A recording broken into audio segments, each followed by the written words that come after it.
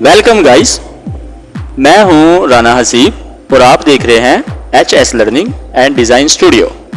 तो चलिए guys, class number 3 में हम इन पेज को मज़ीद सीखेंगे।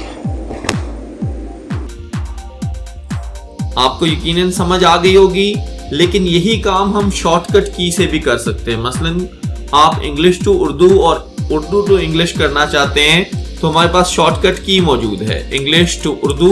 तो हम क्या करते हैं, हम आम तौर पे कंट्रोल और स्पेस बार प्रेस करते हैं। कंट्रोल स्पेस में प्रेस करता हूं, देखिए वहां पे नीचे बॉटम में उर्दू हो गया।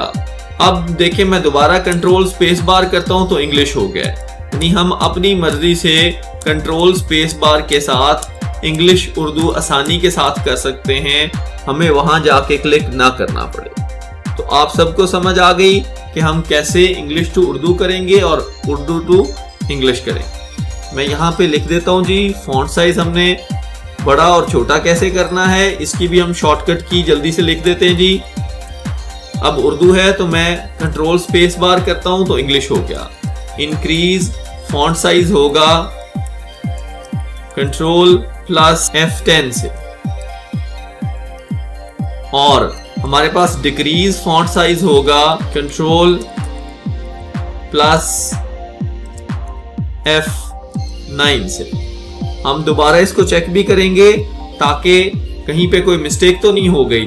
हम इसको सिलेक्ट कर रहे हैं, सिलेक्ट करने के बाद कंट्रोल F9 करते हैं। वाकई जी फॉन्ट साइज छोटा हो रहा है इससे, और अगर हम कंट्रोल F10 करते हैं तो इससे फॉन्ट साइज बड़ा हो रहा है। तो ये बेसिक हमें पता चल गया कि हमने कैसे बेसिक एडिटिंग करनी है। अब जरा देखिए यहीं पे कुछ और बेसिक चीजें हैं जो मैं जल्दी से आपको बताना चाहता हूं कि हमने यहां से इसको सिलेक्ट किया बिस्मिल्लाहिर्रहमानिर्रहीम को। यहां पे हमारे पास आ रहा है फॉन्ट, ये ऊपर इंग्लिश का फॉन्ट आ रहा है और नीचे यहाँ पे उर्दू का फॉन्ट आ रहा है। जैसे यहाँ पे अब नूरी नस्तालीक है, मैं अगर चाहूं इसको चेंज करना तो मैं ये आसार कर दूंगा, इस तरह हो जाएगा। इसी तरह मैं ये अकरम फॉन्ट कर दूंगा तो इस तरह हो जाएगा। बतूल कर दूंगा तो फॉन्ट इस तरह हो जाएगा। आपने क्या करना है कि तमाम फॉन्ट्स को बारी बारी अप्लाई करके चेक करना है। ये हमने मस्जिद फॉन्ट जो है वो अप्लाई कर लिया। मैं दोबारा नूरी नस्तालीक कर देता हूँ। आप तमाम फॉन्ट्स को चेक करेंगे ताकि आपकी प्रैक्टिस हो और आपको पता हो कि इन पेज उर्दू में उर्दू के फॉन्ट्स कौन कौन से। इसी तरह यहाँ पे हमारे पास फॉन्ट का कलर आ रहा है जो इस वक्त है ब्लैक। मैं चाहूँ इसको रेड करना तो मैं यहाँ से रेड कर दूंगा और वो जो लिखाई होगी वो रेड हो जाएगी। इसी तरह मैं दोबारा उसको सिलेक्ट करके ग्रीन करना चाहूंगा तो यहाँ से ग्रीन कर लूंगा, टेक्स्ट है वो ग्रीन हो जाएगी। दोबारा हम इसको सिलेक्ट करते हैं। आपने उसी तरह ये सारे जो कलर हैं ये भी चेक कर लेने हैं ताकि आपको पता हो कि इन पेज हमें कौन कौन से कलर मुहैया कर रहा है। इसके साथ ही जैसे आपको पता है कि हमारे पास माइक्रोसॉफ्ट वर्ड में बोल्ड होता था, यहाँ पे भी हमारे पास बोल्ड मौजूद है। जब हम बोल्ड करते हैं तो वो लिखाई मोटी हो जाती है। कंट्रोल B इसकी शॉर्टकट की है, वही जो माइक्रोसॉफ्ट वर्ड में थी। कंट्रोल B के साथ एक दफा बोल्ड हो जाएगा, दूसरी दफा बोल्ड खत्म हो जाएगा। इसी तरह ये इटैलिक है, हम लिखाई को टेढ़ी कर सकते हैं। वही शॉर्टकट की कंट्रोल I के साथ हम इसको इटैलिक कर सकते हैं। अब यहाँ वहां पे हमारे पास एक और शॉर्टकट की थी, वो थी अंडरलाइन। यहाँ पे हमारे पास अंडरलाइन मौजूद नहीं है, बल्कि हम क्या करेंगे, ये जो नन है इसमें से सिंगल कर देंगे। इसमें से जब हम सिंगल करेंगे तो इसका मतलब ये होगा कि उस वर्ड को, उस टेक्स्ट को जितना हमने सिलेक्ट किया होगा उसके नीचे एक सिंगल लाइन लग जाएगी। जब यहां से हम इसको डबल कर देंगे तो 2 लाइनें नीचे लगा देगा।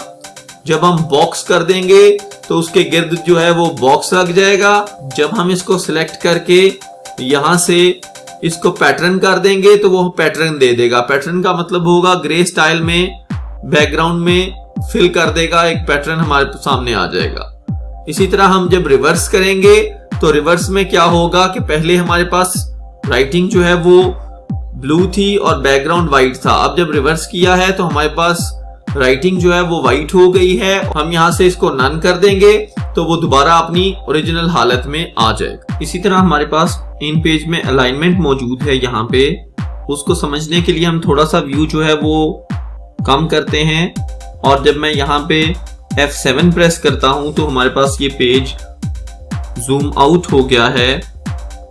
अगर मैं यहाँ पे पहली लाइन पे मौजूद हूं तो मैं देख सकता हूं कि यहाँ पे जो हमारे पास बटन प्रेस है वो है राइट लाइन। अगर मैं चाहूं तो इस पे क्लिक करके इसको लेफ्ट लाइन कर सकता हूं, अगर मैं चाहूं तो इसको सेंटर कर सकता हूं, और ये जस्टिफाई है, पैराग्राफ को दोनों तरफ से बराबर करेगा और साथ ही फुल जस्टिफाई है। अब यहाँ पे हमें शॉर्टकट कीज भी पता होनी चाहिए इनकी, जैसे हमने वहां पे देख लिया था Ctrl+L, Ctrl+R, Ctrl+E Microsoft word में। तो यहाँ पे हमारे पास शॉर्टकट की क्या है, अगर आप चाहते हैं इस टेक्स्ट को राइट लाइन करें तो आप Alt, Ctrl और R प्रेस करेंगे, और अगर आप चाहते हैं लेफ्ट लाइन करें तो Alt, Ctrl और L करेंगे, अगर आप सेंटर चाहते हैं तो Alt, Ctrl C करेंगे, और इसी तरह अगर आप जस्टिफाई चाहते हैं तो आप Alt, Ctrl J करेंगे, और अगर आप फुल जस्टिफाई चाहते हैं तो आप Alt, Ctrl F करेंगे। इससे क्या होगा कि फुल जस्टिफाई वो हो जाएगा, पूरी लाइन में बराबर हो जाएगा। इसको मैं दोबारा Alt, Ctrl L करता हूं और यहाँ पे कोशिश करता हूं कि जल्दी से आप लोगों के लिए ये सारी चीजें नोट कर दूं ताकि आप आसानी से आपके नोट्स जो हैं वो भी रेडी होते जाएं। तो हमें क्या पता चला जी, हमें ये पता चला कि राइट अलाइन के लिए हमारे पास शॉर्टकट की है Ctrl+Alt+R। इसका क्या मतलब है कि हमने तीनों को इकट्ठे प्रेस करना है, पहले हम Ctrl और Alt प्रेस कर लेंगे और फिर R। इसी तरह हमारे पास लेफ्ट अलाइन की शॉर्टकट की आ गई है, और वो क्या है जी, Ctrl+Alt+L।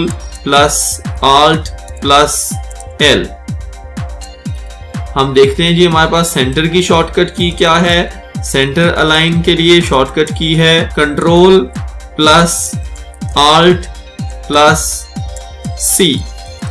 क्योंकि हमें पता है कि Ctrl C जो है वो कॉपी की शॉर्टकट की है। हमने जस्टिफाई देख लिया था, जस्टिफाई दरअसल पैराग्राफ को दोनों तरफ से बराबर करता है। माइक्रोसॉफ्ट वर्ड में हमने डिटेल में इस पे बात की थी। तो हमारे पास शॉर्टकट की यहाँ पे क्या आ जाएगी जी, Ctrl+Alt+J।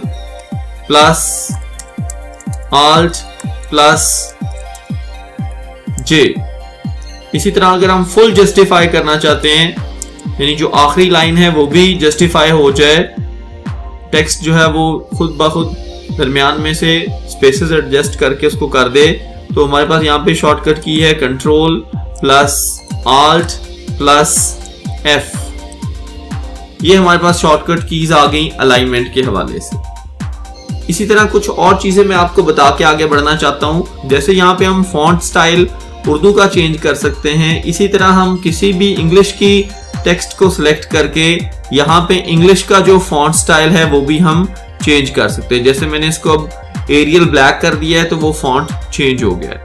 फॉन्ट चेंज करने के बारे में आपको पता है, इसलिए मैं मजीद इसमें डिटेल में नहीं जा रहा। तो गाइस आज के लिए इतना ही, मिलते हैं नेक्स्ट टॉपिक के साथ। तब तक के लिए अल्लाह हाफिज, दुआ में याद रखिएगा।